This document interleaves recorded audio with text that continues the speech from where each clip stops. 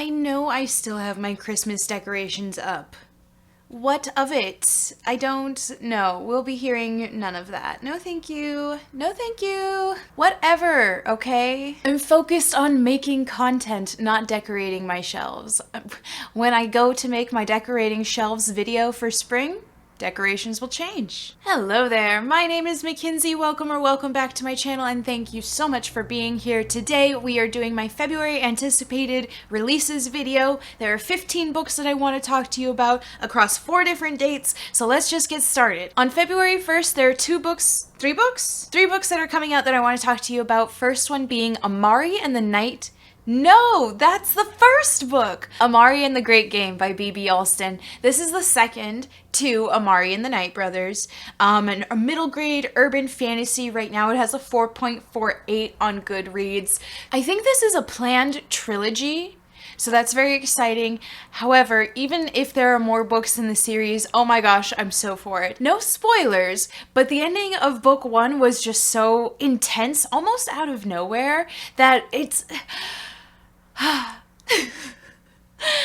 wasn't ready for the end when the end happened, and I just needed more. So I'm very excited that the second book is coming out on the 1st, so I will be getting it post-haste. Beautiful Little Fools by Gillian Cantor has a 4.32 on Goodreads right now. It's an adult historical fiction retelling, so obviously this is, I don't know, is it obvious? Beautiful Little Fools is a quote from The Great Gatsby from, what's her name? It's what Daisy says, it's what she hopes her daughter will be, just beautiful little fool, because it's the best thing a woman can be.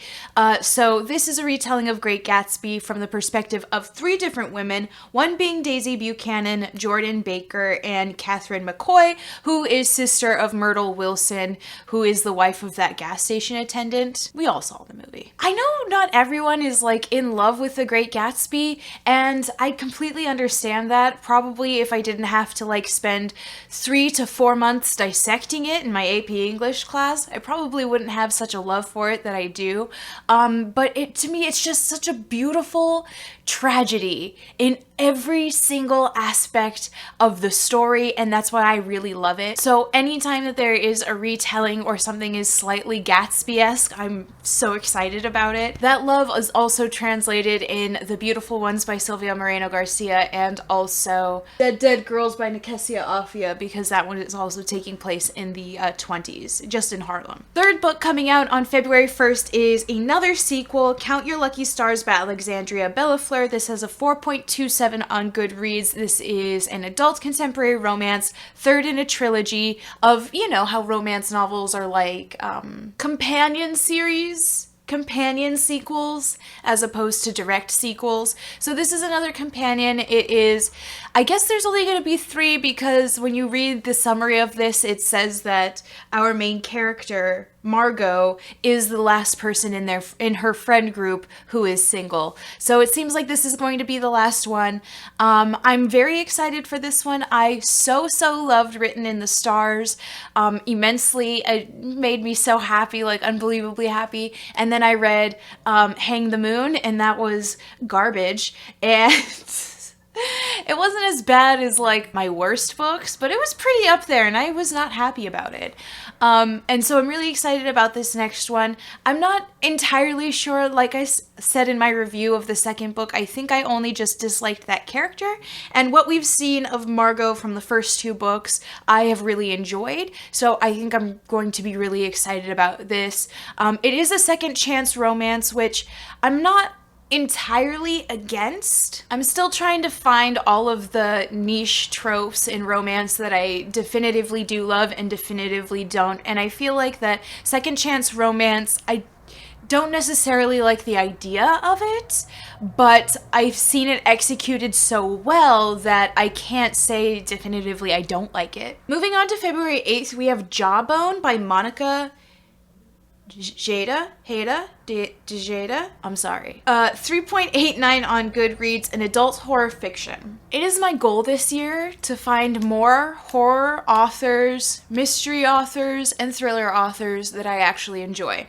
This one looked very intriguing, and like the cover is kind of like vibes, and I know we're not supposed to do that, right? Like, you're not supposed to buy based off of the cover, and like, you should get to know a book before you buy it. Like, then you have like run less of a risk of being completely disappointed and your expectations being like disregarded, basically.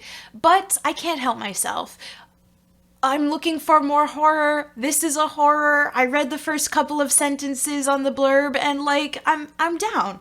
So we have Fernanda and Annalise, who are so close they are practically sisters, a double image, inseparable. So how does Fernanda end up bound on the floor of a deserted cabin, held hostage by one of their teachers, and estranged from Annalise? That last sentence was so complex. Like, there was a lot happening there at the end, and like, I need to know. I need to know. Why is it called Jawbone? Were they connected? Do they have like what's happening? I need to know. Also coming out on the 8th is Golden Boys by Phil Stamper, who also wrote The Gravity of Us, which I read over the summer of 2021, and I loved it.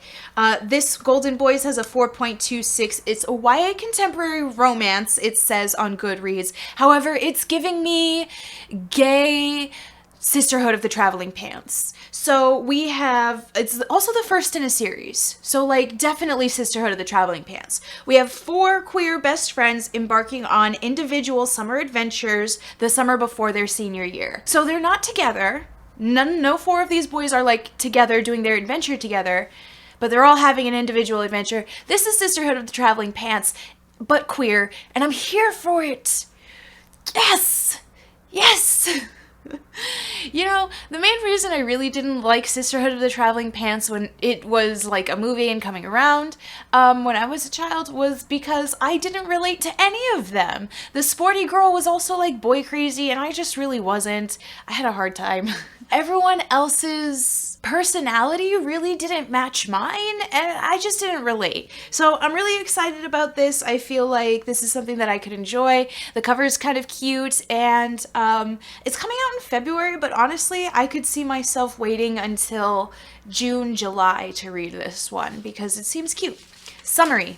We also have Ophelia Ever After by Raquel Mary. This is a 4.61 on Goodreads YA contemporary romance. So I will never get tired of these stories about teen girls like being almost boy crazy, trying to find their true love and then realizing that that true love might be a woman. I'll never get tired of those stories. Those are my favorite. It is so much how my own actualization of my bisexuality came about myself that it's just like it's like coming home. It feels nice to read about a sweet story like that. So we have Ophelia, who is navigating friend drama at the end of high school and discovering her queerness. We also have some Cuban influence in this, which is always amazing. I love reading about other Latinx cultures and as well as my own, I guess. And she's so cute on the cover. Look at her. We also have Dead Silence by S.A. Barnes. This is a 4.27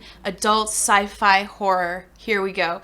We have The Titanic, yes, meets The Shining in space.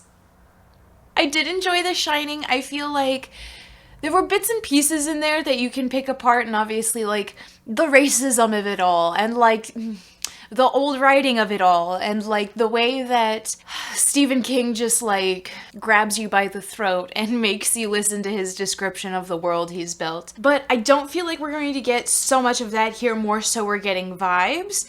We have a salvage crew that boards a decade-lost luxury cruiser and finds the wreckage of a nightmare that hasn't yet ended.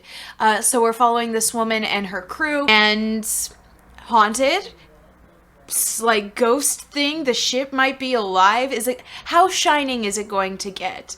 I guess we also have, it's the Titanic. I don't know why they're giving me the pitch that it's the Titanic meets the Shining, because when I read it I was just like The Shining in space. Seems like Titanic, maybe because this cruiser was like it went down on its maiden voyage. Is that just the Titanic of it all? Going down on its maiden voyage? I don't know. Anyway, it seems interesting. I like the sci-fi horror element. I feel like sci-fi horror is a safe place for me to be.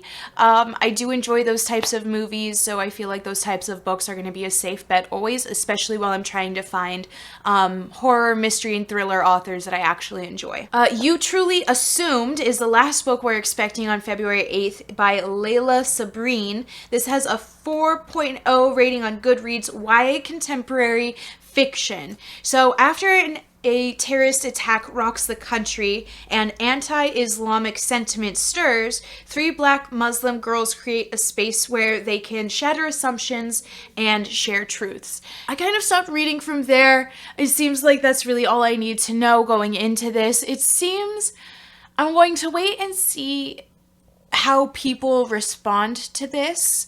I want to see some reviews about it. Contemporary is not always my favorite setting. Social justice is also sometimes hard for me to read because it can get too emotional for me and rather triggering.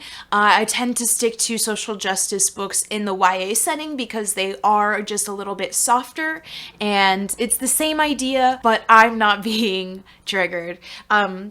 So I feel like I will enjoy this. I just want to see some reviews, but also the cover, like these like cute pink covers with these beautiful women of color on them, and like it's the year of pink cover with women of color on them. On February 15th we have a few books that I am anticipating. First we have Moon Witch Spider King by Marlon James. This is a second in the series 4.28 adult fantasy speculative fiction. So I have the first book here. It's Black Leopard Red Wolf. I haven't read it yet. It is on my TBR for February, so that way I can tell if I want to continue on in the series. It's supposed to be a trilogy. So basically this is giving me like very like Predator vibes. We have Tracker, who is a hunter, and he is trying to find the boy. And that's really all I know. But the second book, Moon Witch Spider King, is the events of the first book retold from another character's perspective. So we're going to get similar events and a few other new scenes as well. So this interests me in the sense that like it's supposed to be a trilogy, and if we're getting a different character's perspective, that means I'm pretty sure this one is single point of view. Oh my god, there's just like a map in the middle. Hang on, wait, that just very confused me. So there's a map at the beginning. There are only 6 chapters. Hang on, there are just maps in the middle of the book. Okay, stop. Whenever I film a video, if I pick up a book and actually open the book, I'm going to get sucked into it. I don't know why it happens. I never just start in the middle of a book and just start reading, but like apparently with the cameras on, that's all I want to do. So this series has intrigued me. I feel like it's taken quite a while for the second book to come out. I've had this book for a very long time, I feel like. Okay, so this came out in 2019, and then the second book has just come out in 2022. If Charles R. Saunders' Imaro series opened the door to new ways of telling epic fantasy, and N.K. Jemison's Inheritance trilogy leapt over the threshold, then Marlon James' Black Leopard Red Wolf just ripped the whole damn door off its hinges. Blurb. Okay, let's just move on because I feel like I'm getting distracted. Next book coming out on the 15th, House of Sky and Breath by Sarah J. Maas. Crescent City 2, baby! Has a 4.63 on Goodreads right now. New adult, I'm sticking to that. That is an age range. Fantasy romance. I'm so happy, you guys. Okay, so this is directly following the sequence of events from book 1. I read a little bit of the summary to make sure there wasn't going to be any time jumps or anything like that. It seems like we're following right after the events of book 1, and we're starting to get just a little bit more political, which I'm happy about. After reading, so I haven't finished the Throne of Glass series. I finished ACOTAR, and now I'm reading Crescent City, and I'm starting to see a pattern in the way that Sarah J. Maas tells her stories. First book is always like more of an introduction, and it's almost very different than what the rest of the series is going to be. You see that in ACOTAR, you see that in Throne of Glass, and moving into Akamath and Crown of Midnight. And you see that it becomes so much more of like, okay, now that you know the world, let's talk about the politics and who's ruling and who's in charge and how things aren't good for certain people and how we can fix things. And freaking love that. Okay, I'm very excited about this. Me and my coworker Buddy read Crescent City 1, House of Earth and Blood, so we are more than likely going to read this one as soon as it comes out. I'm so excited for you guys. And it'll go up there. Last book I'm excited for on the 15th is Reclaim the Stars, 17 Tales Across Realms and Space. This is a short story collection by a few different authors. Fantasy, sci-fi, YA.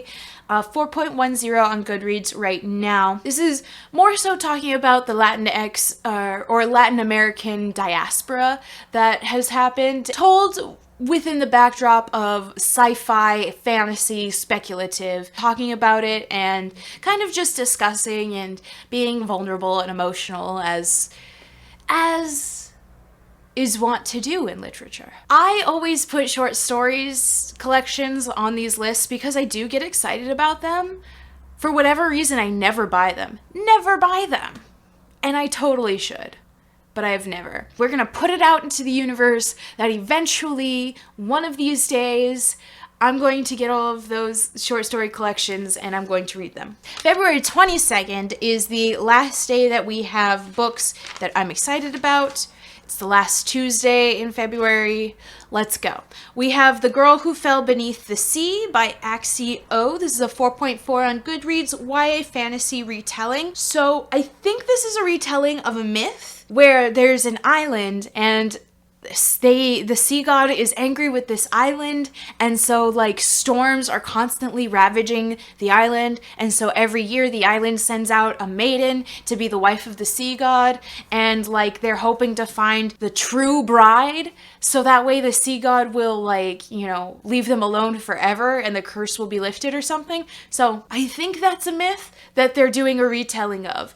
And so basically we have this girl whose brother is in love with the person that they think is going to be the true bride. And so they send out the girl who they think is going to be the true bride. They send her out and our main character follows her. And I stopped reading at that point because I was like, nope, I'm good. I want to read it. Retellings are my thing. They're always my thing. Like, unless I legitimately hate the source material, retellings will always be my thing. But like retellings of myths and legends, that like just speaks to my soul. Only a Monster by Vanessa Len has a 4.29 on Goodreads. This is a YA paranormal fantasy. So first in a new series, I was kind of interested in this because this girl is part of a family of monsters, but she didn't know she was. She's trying to like start a new relationship with this guy. This guy ends up being a monster hunter. And like, that's just enough star-crossed lover tragedy for me to be like invested enough in finding more about this story.